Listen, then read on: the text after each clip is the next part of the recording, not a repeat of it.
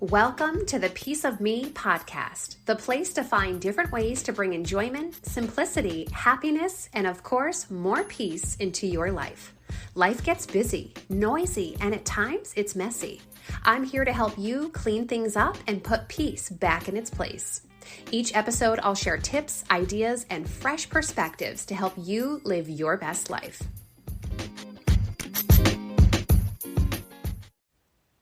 Hi friends, it's Lexy Leigh. If you're new here, welcome. If you're not new, welcome back. I am so glad you'll be joining me for today's episode, which is all about the real life shopaholic. And are you really one? Well, we're going to talk a little bit about kind of those trends of shopping and how we feel like we want to buy all the things, but maybe we don't need to buy all the things. And a couple tips on how to actually not buy the things and maybe actually save a couple dollars. All right. So I love to shop. So let me first and foremost say that I love to shop. So these are a few tips that have helped me because I find myself wanting to shop often. All right. So let's start with the basics of where's this coming from, right? We've heard the term retail therapy, and it is kind of a thing, right? It feels good, but sometimes that feeling is short-lived. Maybe you have gone shopping, you have a great time doing it, you come home, and you ever come home from shopping though, and you look at how much you spent, and then you look at how much you got, and you're like, wait a minute, this doesn't make sense. I spent all this money, but really I came home with only this stuff or only these items. It doesn't make sense. So I get it, right? That's where that whole retail therapy can sometimes not feel so therapeutic. And then on top of that, when it comes to shopping, we can get pulled in so many directions. I mean, there's ads everywhere. Our phones are listening to us. So if we're talking to somebody about something, it seems like all of a sudden when we go online, that thing is there in our face and it's so tempting. And we go on Instagram and all these targeted ads because they know our demographics or other things we've purchased. And these companies are buying these trends so that they can talk to us to have us buy their products too. So it's a very hard thing to resist. But if you are trying to live more simply, maybe just not shop as often, maybe use what you already have, maybe save some money. We are still early in the year. This could be a New Year's resolution or intention that you wanted to save more money and not buy stuff because maybe you have things in your closet that still have tags on them. I'm raising my hand because guess what? I am one of those people. I will buy something and then I forget that I have it. And sometimes I will go out and buy it again. I hope you're laughing. Anyway, so let's talk about where does this come from? Why do we have this want to shop? And, where is it stemming from? Like, is all these ads or all these brands really in front of us at all times? Well, the answer is yes. When it comes down to it, there's a stat out there that we see on average 10,000 ads per day. 10,000. Now you might be thinking that there's just no way. But I want you just for a second, think about this and maybe you'll agree with me. Think about sleeping in your bed or wherever it is that you sleep, on a couch or wherever environment you're sleeping. And think about waking up. Now, maybe you grab for a bottle of water that's sitting on your nightstand next to you. Maybe you're grabbing for your cell phone. Maybe you're grabbing for chapstick. Maybe you're grabbing for a tissue. Okay, or maybe you're just seeing these things. Well, your cell phone is a particular brand. It could be an iPhone. It might be a Samsung. Your tissues might be Kleenex tissues or Scotty's tissues. Or maybe the bottle of water you're reaching for might be Poland Springs or Dasani. And maybe you decide to, when you get out of your bed, is to put on something comfortable. Like maybe it's a pair of sweatpants or it's a bathrobe or slippers or something along those lines. Well, what's the brand of those clothing that you're about to put on or the slippers you're about to slide your feet into? Okay, so you kind of see the path I'm going on here. Let's now say we walk into the restroom. We're going to brush our teeth. What's the brand of toothpaste you use? That's an impression right there of a brand.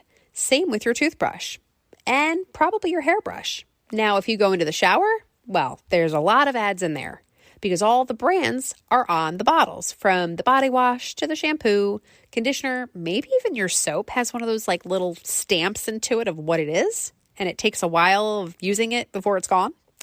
So all of those ads and brands are already in front of our face right away, and we haven't even left our house yet.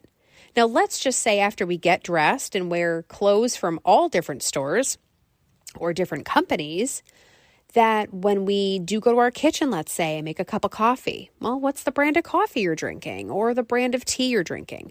Or if you open your fridge to grab some food for breakfast or lunch for the day, well, there's certainly a lot of brands of foods. I'm going to take this one step further. Now, let's say you get in your car.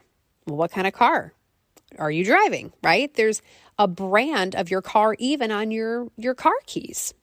And as you drive to work, you pass several different businesses and several different brands of cars along the way. And on top of all of that, and we're still just in the beginning of the day, think about if you even listen to the radio, or if you do listen to a podcast, or if you listen to, a news talk radio or whatever it is you like to listen to.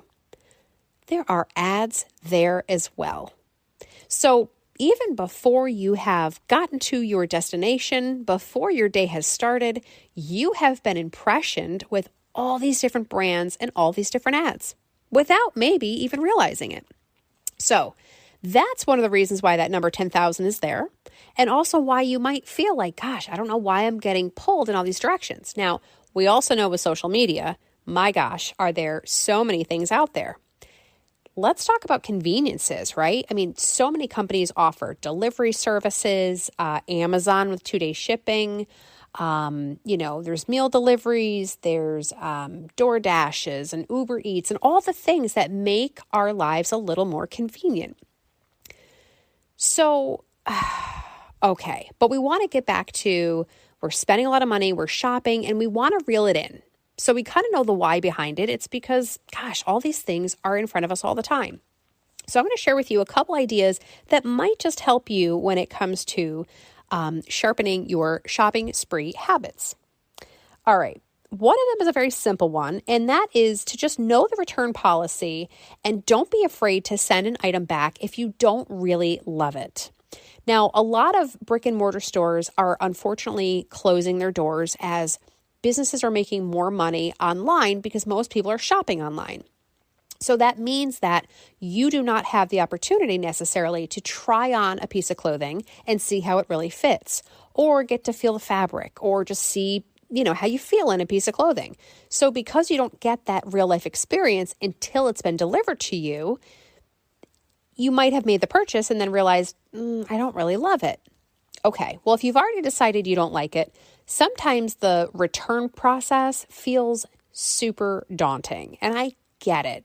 Those things can stay in your house, like maybe there's a pair of jeans, and those jeans will sit on the back of a chair for, 27 days when they accept returns within 30. I completely get it.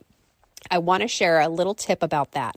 A lot of times what companies send to you and their packaging and the bags that they usually ship, there will be, once you've even opened them, there's usually a plastic line or almost like a sticker, and it's covered, and it will allow you to actually return the item in the bag you received it in.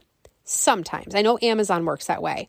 If the bag you've accepted your package in doesn't have that, you can still reuse it, recycle, just have to, print off the label, tape it onto the packaging, and just tape up your package and send it away.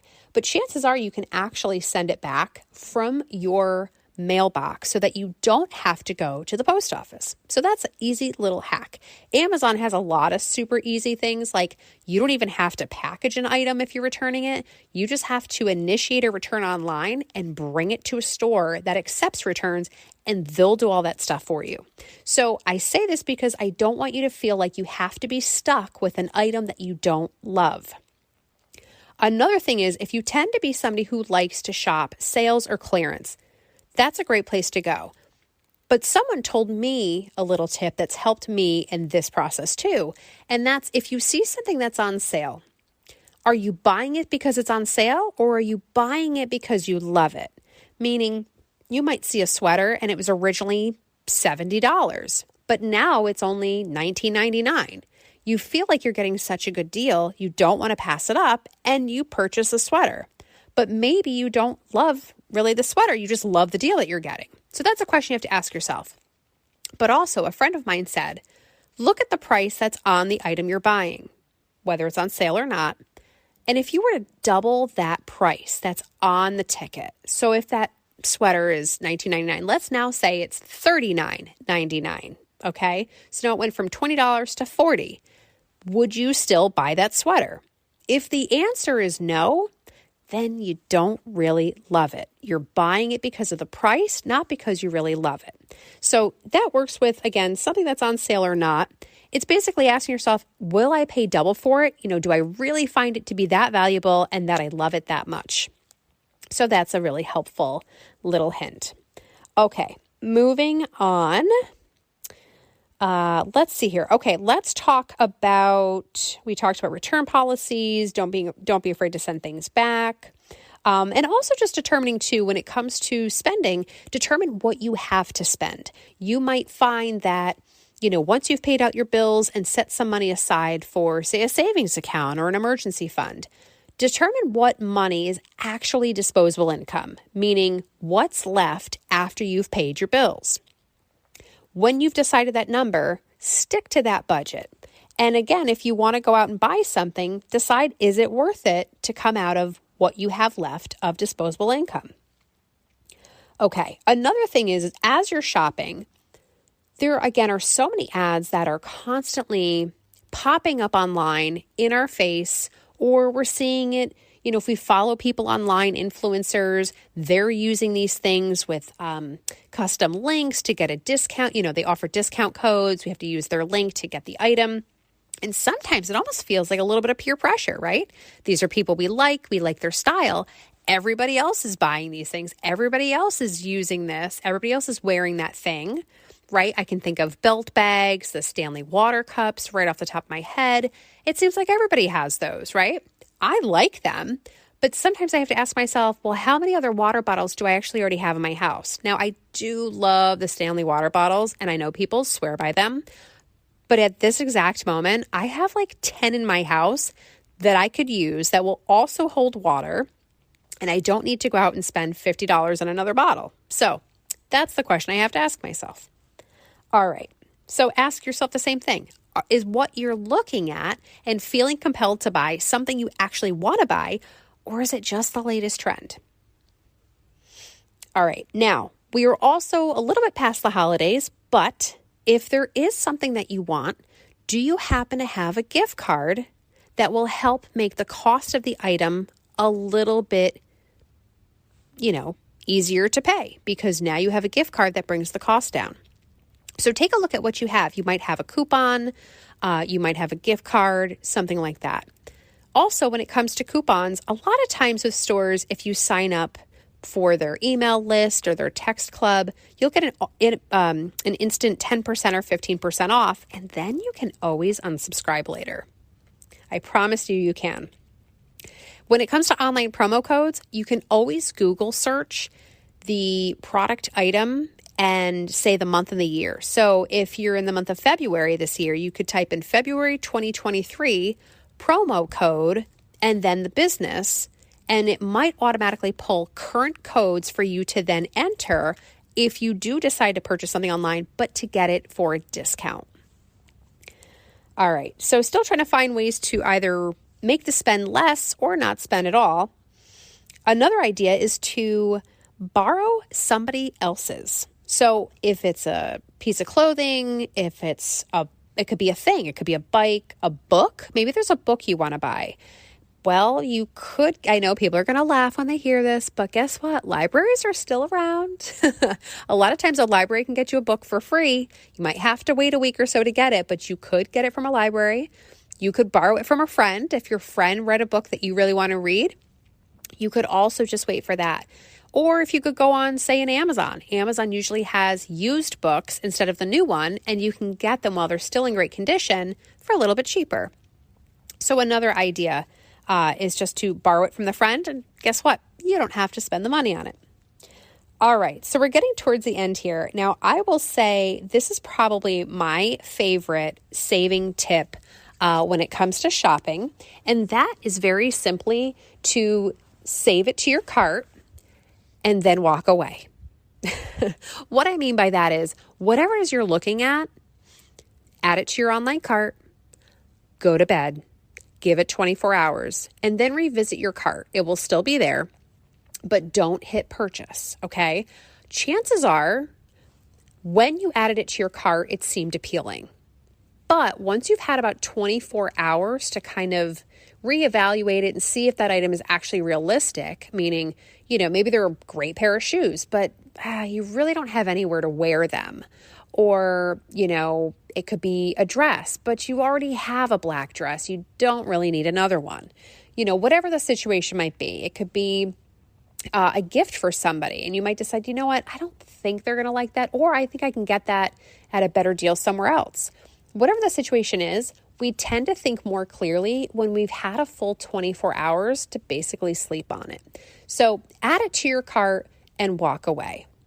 That's really my best tip. It has worked for me, and I can't even tell you how many times I have added things to a cart and the next day decided, nope, I don't want them at all. So I hope that some of these tips have helped you.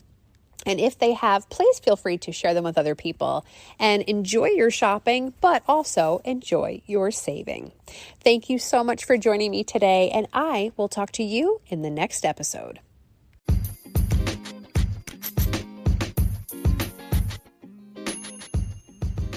Thanks again for joining me today. If this episode has helped you or can help someone you know, please share it with them. Stay safe, and we'll chat again soon.